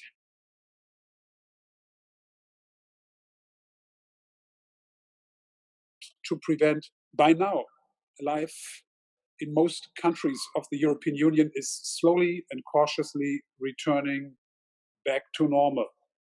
But the complete standstill of public life caused dramatic consequences for our economies. What is even worse, instead of treating the virus as a global challenge that needed joint approaches, we were facing an even increasing competition between major actors of international politics. Donald Trump, for example, his irrational decision to leave the World Health Organization, the WHO, dramatically weakened an international institution that is badly needed in these times. Let me add that this decision weakened the United States in the first place. The consequences can be seen by the high number of casualties in the United States. In addition, China and the United States engaged in a destructive fight over the question who was more to be blamed for the damages caused by the virus. That doesn't help anybody. And maybe worst, instead of pooling forces to find a vaccine to prevent infection with the virus, it seems like some powers seek exclusive access to such a badly needed substance. I think if we have a vaccine, we should share it with everybody in the world. In the European Union, we had to learn some bitter lessons too. When the virus spread over the continent and first hit Italy very painfully, most European countries closed their borders. That was a painful experience. At the beginning of the crisis, Italians felt left alone by their European partners when Germany and France refused to send desperately needed devices and masks. Fortunately, Europeans were quick to respond and finally managed to support each other in a way that should be normal between countries so closely connected like ours. Not only that equipment was finally delivered to where it was needed and where corona patients of highly affected countries treated in member states with more available hospital beds. Most importantly, the European Union agreed on providing funds of more than 750 billion euros for countries affected by COVID-19. I'm confident that the European Union will come out of the crisis even stronger than it was before. The lesson learned is that even in such a close partnership, no achievement should be taken for granted. And that should also be true for all the other countries neighboring the European Union. On the contrary, constant effort is needed to maintain what has been achieved to date. Could here be a better example for the continuing importance of international cooperation? I therefore highly welcome Azai Guliev's efforts to establish the Baku Parliamentary Platform. as a new instrument to enhance exchange between parliamentarians from different countries. Creating and preserving safety and stability in the South Caucasus region remains one of the most challenging tasks of the international community. In my opinion, the countries of the region won't be able to make full use of their potentials if they don't establish a strong and sustainable partnership with one another. The Baku Parliamentary Platform could be a valuable initiative to develop a dialogue for cooperation and security in the South Caucasus and in neighboring regions. Let me mention, however, that such an initiative can succeed only if all players of the regions are included. Obviously, this is particularly true for Georgia and Armenia. Georgia is already participating, and I hope Armenia will be invited for the next session. It is also obvious that the Baku Parliamentary Platform cannot replace existing structures like the framework of the OSCE. But the platform can support OSCE negotiations on de-escalation of conflicts and peace in the region. I wish you all to stay healthy and to overcome the corona crisis as good and as soon as possible. Let us cooperate, let us support and help each other. Thank you very much for your attention. Unfortunately, as I said in the beginning, I cannot participate in the conference any longer because I must continue my schedule here in Poland. But it's great to have the possibility to communicate with one another between Poland and Baku, between Rome and Georgia, all over the world. It's great to have that network of communication. And I hope that we fairly soon will be able to meet personally in Baku or some other place. Thank you very much, and my best to all of you. Thank you very much, my dear friend. First of all, again, it is our pleasure that you at last were able to join us from Poland.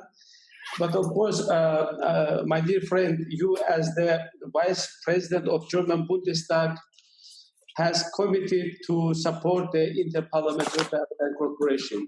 When you mentioned about the multilateralism, about the countries who are leading some international treaties, of course, it is very painful.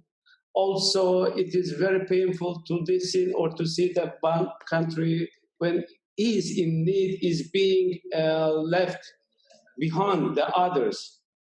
But your very clear message is very well noted, and I do appreciate that the German Bundestag will continue its efforts in bringing the regional countries together. I do understand your point about the inclusiveness of the platform. As you know, that we have discussed this issue many times in Baku and in Berlin, but also we had the plan to meet in Berlin last December, but you know that due to the early elections taking place in Azerbaijan, we were obliged to cancel our trip to Germany. But I do believe that we will have a chance to discuss all these issues that you raised. Of course, the last point about the replacing OECPA, of course, it is a very good point because we never had such an intention to replace any already established format of cooperation such as OECPA or the Council of Europe. But this is a particular platform when some interested parties or stakeholders can come together and tackle the issues in regions and beyond. So this is why I think we have very, very good potential to strengthen this platform, at least to establish officially. As you know, that we have sent all the participating states the founder principles as well as the 4 pillars. One of the 4 pillars, as you said, is about the international law, or protection of international law, and the multilateralism proposed by you. By the way, I'm very grateful for your personal dedication, for your personal commitment. I do appreciate that you had the time, find the time to join us today. Thank you very much. I wish the best in your further activities, in your trip. I also wish the safe trip back to Berlin, to Germany. As you said, I wish a good health and a free coronavirus life in all German friends, as well as our colleagues from Bundestag, particularly you and your family. Thank you, my friend, dear Thomas. Thank you for very joining much, us. and Thank good you. health for everybody. So, dear friends, I have received 2 requests to have very short intervention. Maybe it would be the last speakers. One is, again, my friend Sultan Mamadov from Azerbaijan Parliament. He asked to take very short floor and to make some intervention or give some remarks. And also another, my colleague, Madame Nigar Apataraye from Azerbaijan Parliament, she also asked and requested for the floor. I want to give them first Sultan Mamadov and then Madame Arpadaraye. So, Mr. Mamadov, if you are here, please, you have the floor for short intervention. Thank you very much, Mr. Guleev. I am apologizing for taking your time and asking again for the second time for the floor. I know that we are very much behind the schedule. Just will take 1 minute of your time. And first of all, I just would like to express once more that how proud I am to get to know so many people, so many colleagues from the countries where representing the Hyder Foundation, and we have done a lot building the cultural bridge between our countries. So I just enjoy that all the parliamentarian colleagues are around us, and I am very happy to be in the team serving for the strengthening this Baku parliamentary platform. And I heard all the countries shared the experience fighting coronavirus pandemic, and of course I share all the good experiences from with our members. At the same time, I would like just once more to make the statement that so let's use this platform as a tool to have the exchange between our countries. So I very much respect, and I am very much happy to follow the main founding principles of this platform, serving as I was very happy to hear from Mr. Opperman the importance of the strategic partnership, friendship, and this collaboration between our parliaments. And I'm very happy, and I know very well that serving to these founding principles. So we will manage to make sure that this platform will serve for the peace and stability in the region, and not in this stage fighting with this pandemic, but in the later stage, during the post-pandemic stage. So I'm sure that we will manage to mobilize all our resources. So as Azerbaijan, as a member of this platform representing my country, so I will be more than happy to serve with all of you to make sure that this list of the countries will be extended. And again, we will be able to be in line with the main core principles of this platform, and will manage to achieve the goals that we put in front of us. So thank you very much. I am so happy that we are now as a team. I am from my country. We will be serving as a team to make this platform stronger and stronger in the future. Thank you very much. Thank you, my dear friend. It is really exciting to see how much you are dedicated to this platform, and I know that you are newly elected member of parliament, has a huge experience in dealing with international affairs. So I am looking forward to cooperating closer, to working together with you, Mr. Mamadov, and really, it is really good that you already designed how to move on and what kind of contribution can you make to our common work. Thank you very much again. And our last speaker in our list, Madame Nigar Arpadaraye. Madame Arpadaraye is of Azerbaijan Parliament. Nigar Khanım, please, you have the floor. Me? Yes. Yes. Okay. Yeah. Dear colleagues, thank you very much for your attention. First of all, I know that we are behind the schedule, but the subject is so interesting. I just wanted to share my ideas. I believe that the pandemic is having a devastating impact on the health systems, on our economies, on our lives, and on the well-being. And in this situation, responding effectively to it requires solidarity and cooperation. There are a number of points that I wanted to make. First of all, we should be aiming at creating a joint database of our measures, legislative measures, because I believe that in the current situation, the dynamics can be similar, but each country is fighting this pandemic in its own way.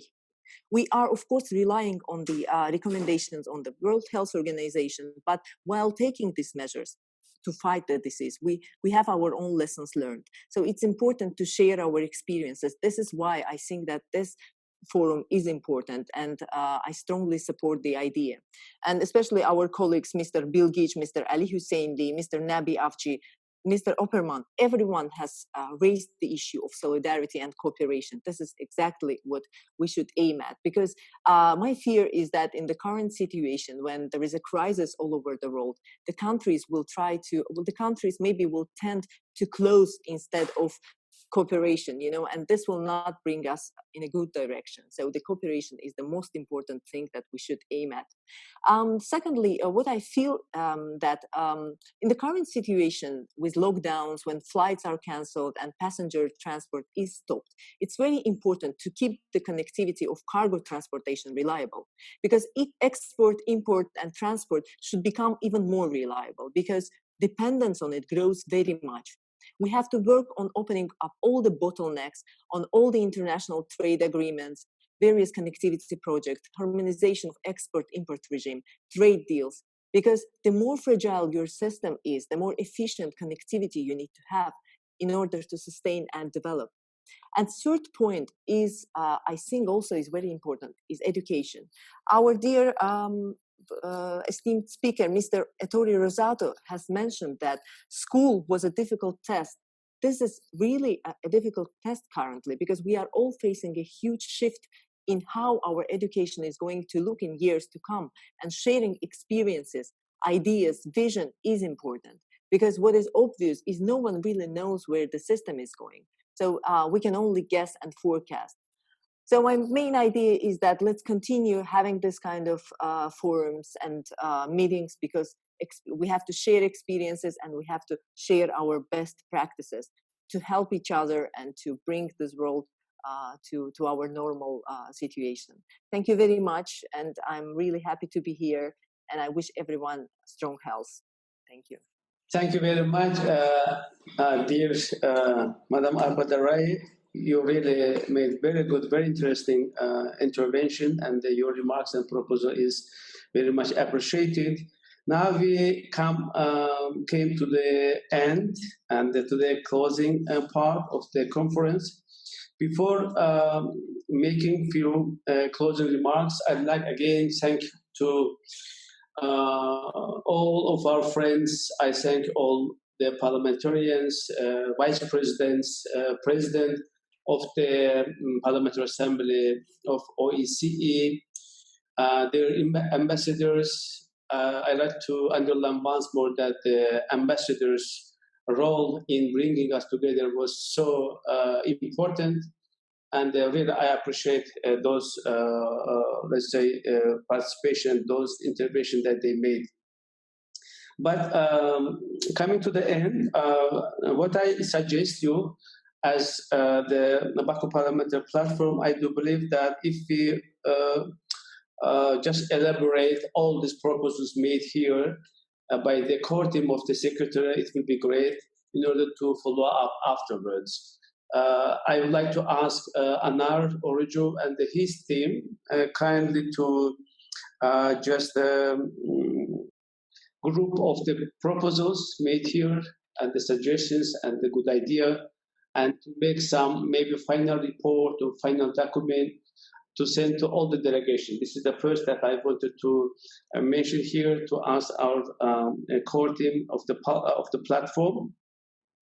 And of course, I think after that, as I already mentioned, we have initiated the establishment of the Baku Parliamentary Platform last June in Baku. We had three, countries, Azerbaijan, Germany, and Turkey, who came together in last June, and announced about this initiative. But we haven't been yet able to establish it officially.